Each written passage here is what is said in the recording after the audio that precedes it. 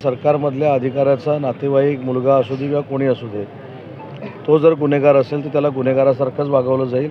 कुठेही सरकारचा दबाव त्या संपूर्ण प्रकरणामध्ये नाही। विरोधकांना विरोध करायचा आहे म्हणून फक्त ह्या सगळ्या गोष्टी घडवल्या जातात आणि बोलल्या जातात।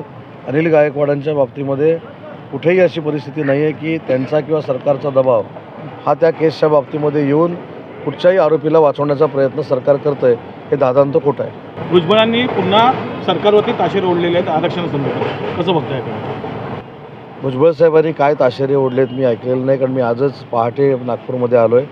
परंतु मराठा आरक्षणाच्या बाबतीमध्ये अनेक वेळा मुख्यमंत्री महोदयांनी सांगितलं आहे की टिकणारं आरक्षण आम्ही मराठा समाजाला देणार आहोत आणि निजामकालीन नोंदीप्रमाणे कुणबी दाखला देणार आहोत।